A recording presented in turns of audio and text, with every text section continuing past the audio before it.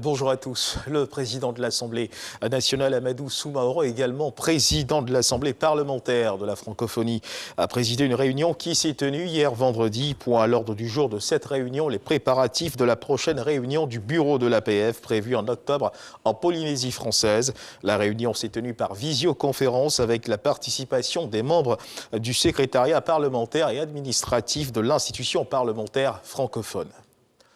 L'Union européenne a octroyé à la Côte d'Ivoire la somme de 13 milliards de francs CFA dans le cadre du programme d'appui au secteur vivrier. C'était à Yamoussoukro jeudi dernier au cours d'un atelier qui était organisé pour dresser justement le bilan à mi-parcours du projet. À 2 ans de la fin du projet, près de 2 millions d'emplois ont été créés dans le secteur du vivrier. Jean-Jacques Oméala. Cette rencontre avec les principaux acteurs du programme d'appui au secteur vivrier que sont le Fonds interprofessionnel pour la recherche et conseil agricole FIRCA, l'Office d'aide à la commercialisation des produits vivriers OCPV et le ministère de l'Agriculture et du Développement rural a été l'occasion de présenter les résultats de ce projet. Valeur environ 13 milliards de francs CFA financés par l'Union européenne. Objectif, contribuer à la sécurité alimentaire et à la création d'emplois permettant un approvisionnement du marché. Au terme de 3 années d'exécution, le programme enregistre des retards dans l'exécution. Mais les deux parties, l'État et l'Union européenne, sont optimistes vu le nombre d'emplois créés, environ 2 millions dans le secteur du vivrier. Ce projet est très important pour nous tous parce que non seulement ça concerne la sécurité alimentaire, ça permet d'avoir des emplois et nous connaissons l'importance, ne serait-ce que même de la kéké en Côte d'Ivoire, donc du manioc et des produits maraîchers. C'est vraiment un exemple où on fait quelque chose de positif pour la nutrition, mais au même temps, on revive, on renforce, on professionnalise cette filière-là. Et donc, on crée de l'emploi, on rend une filière rentable et donc on atteint plusieurs objectifs au même temps. Pour la filière maraîchère, 11 serres sont opérationnelles. Quant à la filière manioc, c'est toute la chaîne des valeurs, production, transformation et commercialisation qui bénéficient des atouts du projet.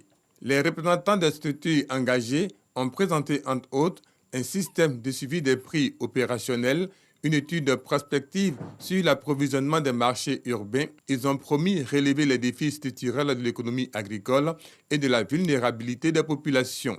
Le projet, dont le taux d'exécution avoisine les 50%, prend fin en novembre 2023. Reportage signé Jean-Jacques Oméala dans l'enseignement supérieur. L'Institut des sciences et techniques de la communication, l'ISTC Polytechnique, a abrité hier vendredi la 18e édition de la journée du communicateur et la 8e édition du forum de renforcement des capacités. Le thème retenu pour cette année 2021 est ISTC Polytechnique, semences d'entreprise. Ces journées scientifiques vont servir de cadre de présentation des travaux pratiques réalisés par les étudiants en fin de cycle de la licence et du master. Nous y reviendrons dans nos prochaines éditions. Dans l'actualité internationale au Burkina Faso, l'opposition politique suspend sa participation au dialogue politique. Les travaux du dialogue devraient reprendre le 3 juillet prochain. Ces partis de l'opposition entendent protester contre l'incapacité du gouvernement à faire face aux attaques attribuées aux groupes djihadistes.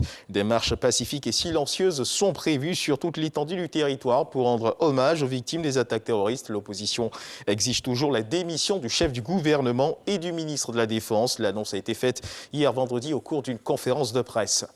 Et puis toujours dans l'actualité internationale au Niger, c'est une première. La Cour de justice de la Communauté économique des États d'Afrique de l'Ouest, la CEDEAO, a condamné cette semaine Niamey à payer 50 millions de francs CFA à Sadat Lian Dalmalahan. Les faits remontent à avril 2018. Sadat Lian Dalmalahan avait été arrêté à Zinder, au sud du pays, alors qu'il participait à une manifestation contre la loi de finances, accusé de participation à un mouvement insurrectionnel et conspiration contre la sécurité de l'État.